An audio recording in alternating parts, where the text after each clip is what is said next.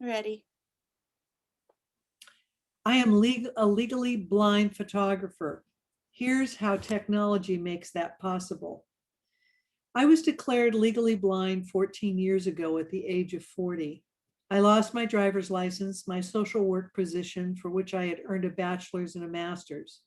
It was my chosen profession, and I didn't give it up lightly. When it disappeared, so did some of my confidence and sense of identity. What was I to call myself if not a social worker? I ended up becoming a photographer. The word legally blind photographer doesn't sound like they should exist together. Indeed, until recently, I didn't think this path was available to me.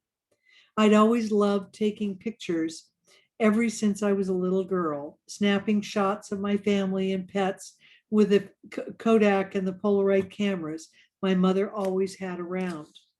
But I was born with retinitis pigmentosus, a progressive blinding disease that deteriorates the retinas over time. And with retinitis pigmentosus comes night blindness, which meant I couldn't see in a dark room to use the chemicals and develop photographs. Nor could I read the settings on a camera to shoot manually, all major problems in the era before digital photography. So as a teenager, I decided regretfully to put my love of photography in a box and to leave it alone. I didn't feel bitter about it. I was just another adjustment I had to make given the vision problem I had. My condition didn't deter me from enjoying photography in my mind. I read about photographers like Alfred Stieglitz and Ansel Adams and daydreamed about the kinds of pictures I would make if I could. Not family snapshots with a disposable camera, but those on the fine art creative side of photography. Maybe a mountain or a snow covered field or an unusually shaped tree. Definitely landscapes because I'd grown up with rural scenery all around me. Then in 2013, after I could no longer drive, practice social work, or sketch drawings, I decided to turn my dream of being a photographer into a reality. I purchased a digital camera. When the camera arrived in the mail, it sat for days unopened. I was afraid of what people might think or say. A legally blind photographer? The question I asked myself. I lost social work. This would be just another thing to lose. Self doubt crept in. But the idea wouldn't leave me alone. And so, with a little nudge from my son, he actually took the first picture.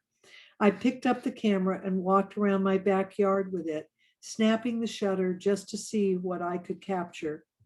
When I transferred the images to my 47-inch monitor, I was amazed at what I could see in my own backyard, but what my camera could. Purplish blueberries in some bushes, wild pumpkins at the edge of the woods, individual brown leaves on a tree. It was fall of that year. Not only could I take the kind of pictures I'd always wanted to take, I could see things with my camera that I couldn't see without it, like it's a second set of eyes, a double gift.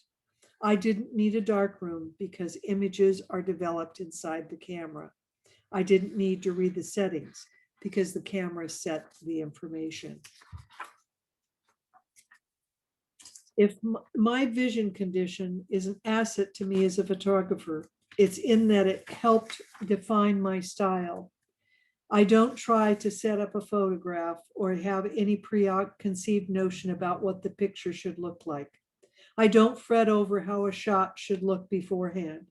I don't compare notes with other photographers with full vision because I already know that their approaches and techniques are different from mine. They use a viewfinder and can see details in subject, background, and environment they're shooting. They may adjust settings to their taste. I don't worry about that, how other photographers work. I'm just happy to have found a way to do my own work with the camera. I can see things with my camera that I can't see without it, like it's a second set of eyes.